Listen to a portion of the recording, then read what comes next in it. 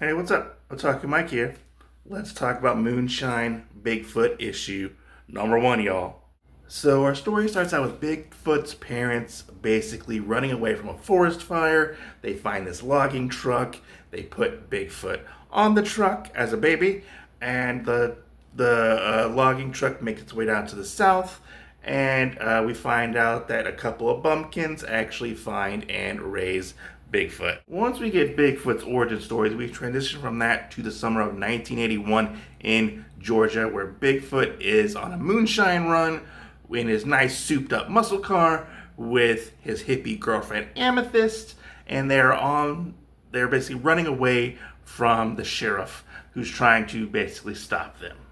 While they're trying to basically get away from the sheriff to make their moonshine run, some other people end up joining in on the chase, specifically the American Bigfoot and Crypto Hunters group who are looking for Bigfoot to try to prove that he actually exists, as well as this mysterious organization who is trying to basically get Bigfoot's supposed magical moonshine.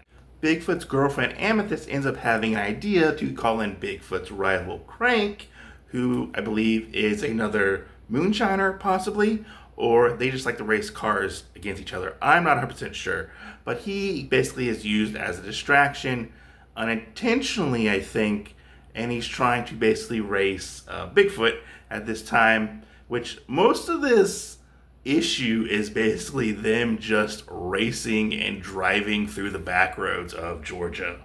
Bigfoot ends up getting away, luckily, and goes to Uncle Pineapple's to make his moonshine run and give his special moonshine to the masses of this little small town in Georgia.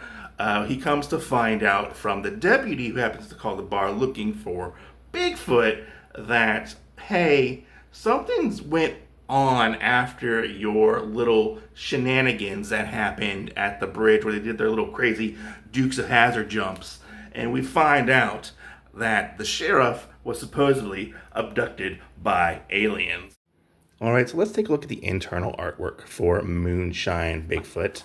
Here is your creative team right here on this issue. I just have to say the artwork is actually a lot of fun. It's very, very cartoony, which I do actually really like. Everybody has it's very well drawn. The character design is really good. One thing this does very well is action and dynamic movement within the chase scene, because this is very much one big chase scene for the most part in this first issue. But everybody has very distinct characteristics, and you can tell everybody apart.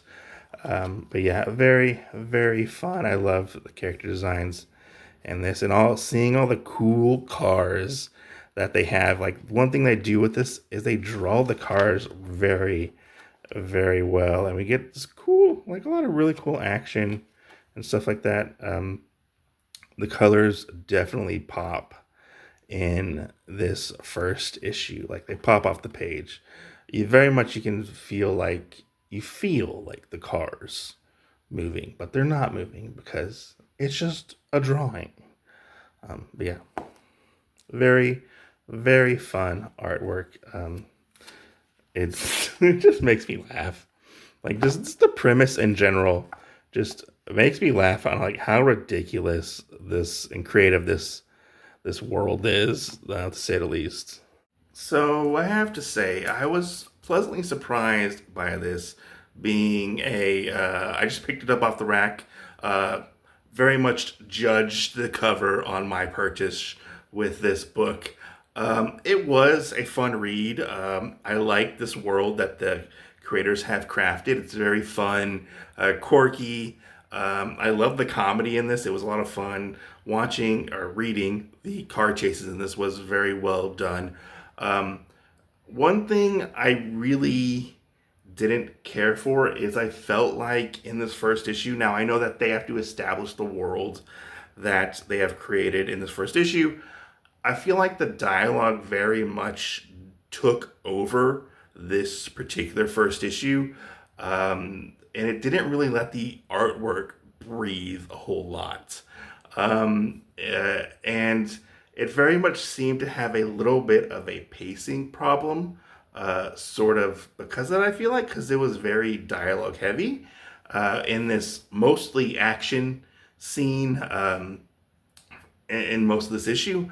But I do like the premise of this new series that is going forward. But yeah, that's my only real gripe with this is the dialogue, and there was a little bit of a pacing issue in this. I hope that with issue 2 and going forward, we will possibly tighten things up a little bit more story-wise and have it flow a little better.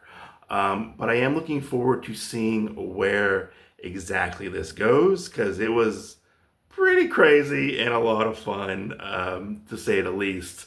If you're into like the supernatural stuff, as well as a little bit of sci-fi here and there, as well as watching cool cars race and stuff like that, and doing some pretty crazy like Fast and the Furious style like situations they get themselves into, it seemed a lot of fun in the back roads of Georgia, always taking place in Georgia.